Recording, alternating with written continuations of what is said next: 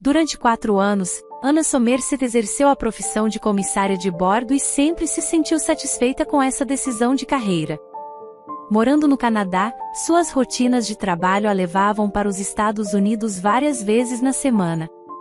A constante alteração de paisagens, países e fusos horários traziam um senso de emoção que a distraía de seus problemas pessoais, que infelizmente eram muitos.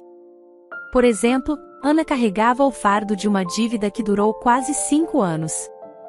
Ela entrou em dívidas depois que seu marido, Charles, morreu, uma semana após a contratação de um empréstimo que se mostrou nefasto.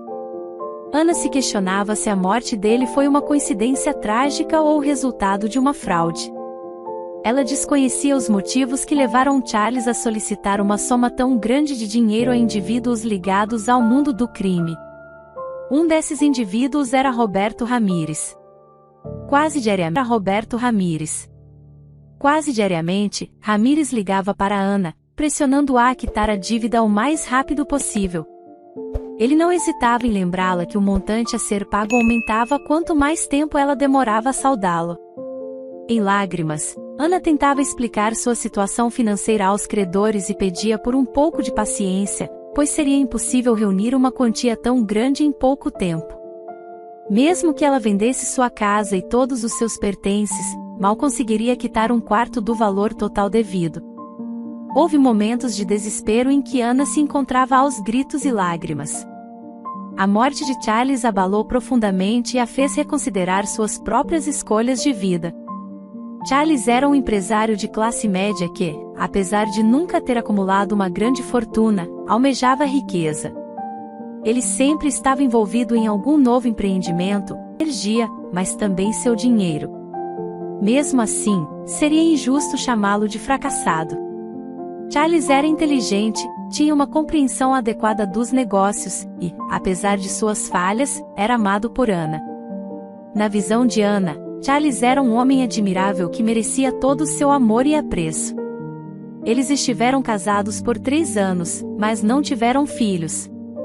No momento da morte de Charles, Anna pesava quase 90 quilos, uma questão que trazia tensão para o relacionamento deles. Seria maravilhoso se você começasse a se exercitar mais, Charles sugeriu, dando ênfase em cada palavra. O que era peculiar na postura de Charles era que Anna mantinha o mesmo peso desde quando namoravam e até mesmo durante o casamento. Muitas mulheres em sua situação poderiam ter apontado isso a Charles, talvez de maneira menos amigável. Contudo, Anna era uma jovem pacífica e amável que preferia evitar conflitos e confrontos. Bom, se Charles acha que estou gorda, então talvez eu deva mesmo tentar perder peso, pensou Anna, optando por seguir uma dieta bastante restritiva e se matricular num rigoroso programa de fitness. Charles, no entanto, não chegou a ver os resultados dos esforços de Anna. Ele morreu num incêndio numa casa de campo suburbana.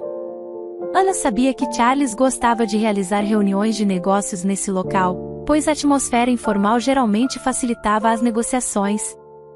A casa estava rodeada por uma floresta densa e tinha uma linda vista para um lago. Como o incêndio começou naquele lugar idílico continuou sendo um mistério para Anna.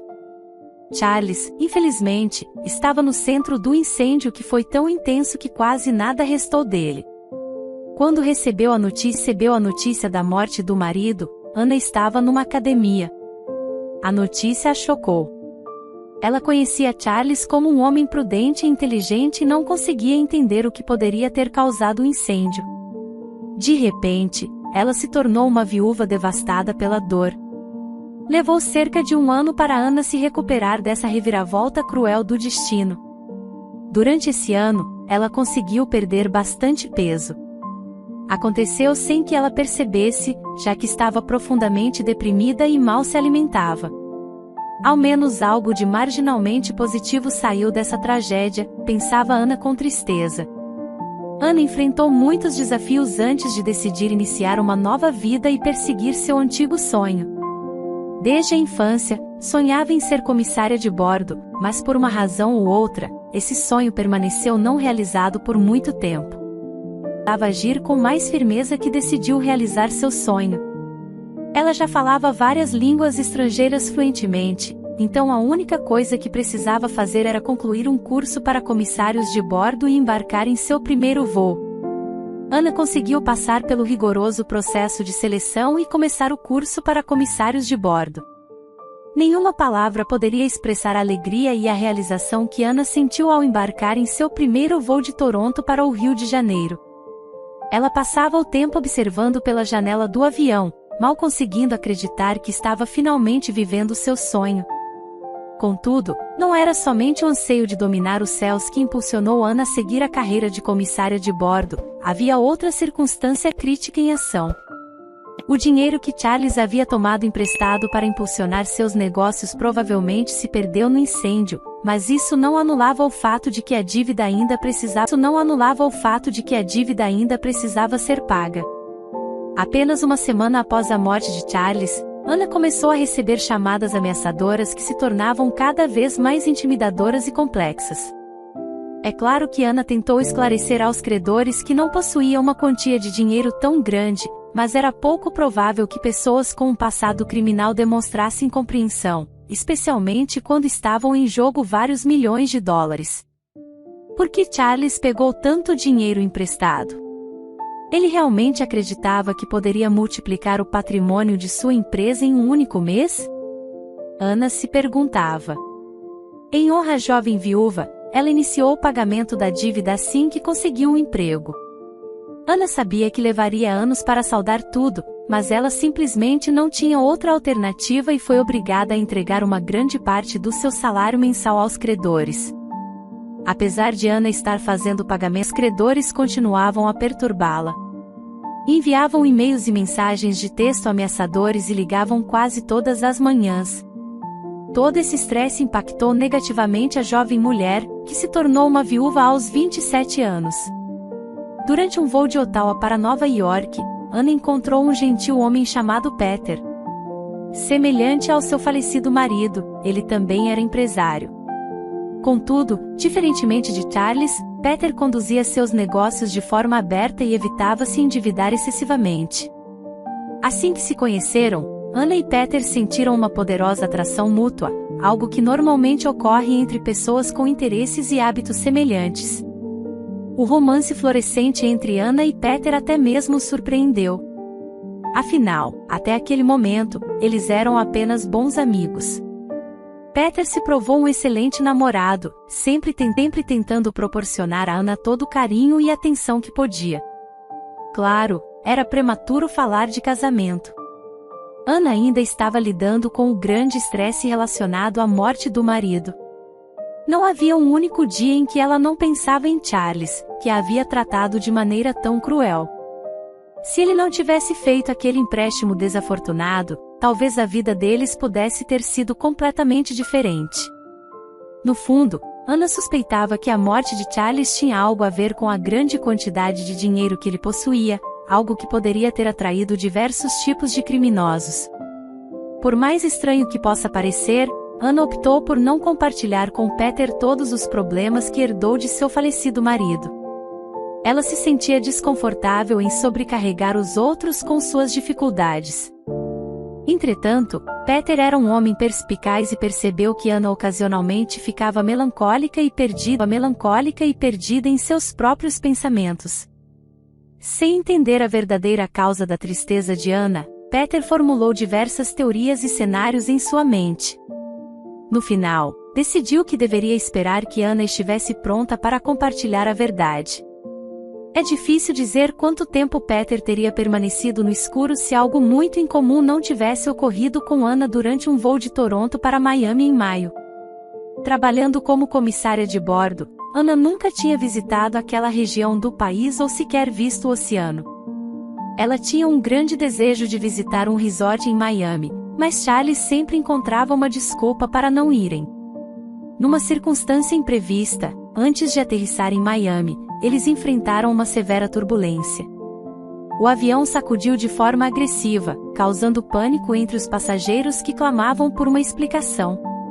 Em situações como essa, Ana se sentia desconfortável, porém, não podia demonstrar medo ou apreensão diante dos passageiros. Assim, ela manteve uma expressão tranquila e segura, caminhando pelo corredor e instruindo cada passageiro a apertar o cinto e manter a calma. Ana tinha certeza que em pouco tempo o avião sairia da região de turbulência e tudo voltaria ao normal. Ela tinha total confiança no piloto, um verdadeiro profissional no comando da aeronave. Quando se aproximou do próximo passageiro para passar as mesmas instruções de segurança, ela não encontrou o olhar do homem à sua frente. Quase desmaiou de choque ao reconhecer a pessoa. Era ninguém menos que seu falecido marido, Charles Somerset. Não havia como se enganar, olhando nos olhos daquele homem, Ana sabia que estava certa. Naquele instante, o avião balançou novamente, e Ana em manter-se de pé, algo muito raro de acontecer, provavelmente causado pelo choque de ver seu falecido marido. Charles, o que você está fazendo aqui? Perguntou ela. O rosto dele expressava surpresa, como se tivesse sido pego de improviso, procurando ansiosamente uma maneira de escapar da situação. No entanto, o avião ainda passava por turbulência, com a trepidação persistindo sem interrupção. Bem, o que você tem a dizer? Ana expressou indignada. Ela não podia mais se conter e estava decidida a desvendar a verdade ali mesmo. Charles lutou para recuperar a compostura e encarar a ex-esposa. Você realmente se transformou para melhor. Está tão esbelta e linda, disse Charles, tentando aliviar a situação com um elogio. Mas Ana não cairia mais nesse jogo. Depois da morte fictícia de seu marido, ela enfrentou muitos desafios e não era mais a jovem modesta e confiável que era durante o casamento. Não desvie da minha pergunta, Charles. Por que você armou todo esse espetáculo com a morte, a casa incendiada e tudo mais? Ana elevou a voz. Ela viu medo e perplexidade nos olhos do homem. Você poderia dizer que Charles estava apavorado em admitir para a ex-esposa que a enganou 5 anos atrás. Foram os credores, eles primeiro me emprestaram o dinheiro e só depois divulgaram o montante dos juros. A taxa de juros era insuportável. Eu não seria capaz de pagar isso em uma vida inteira, balbuciou Charles. Você acha que eu não sei sobre a taxa de juros? Afinal, sou eu quem está pagando sua dívida por 5 anos seguidos. Por que você pediu um empréstimo tão grande em primeiro lugar? Ana questionou com uma calma relativa. Ainda sequer se deu ao trabalho de informá-la que estava vivo, que não precisava ser chorado por 5 longos anos.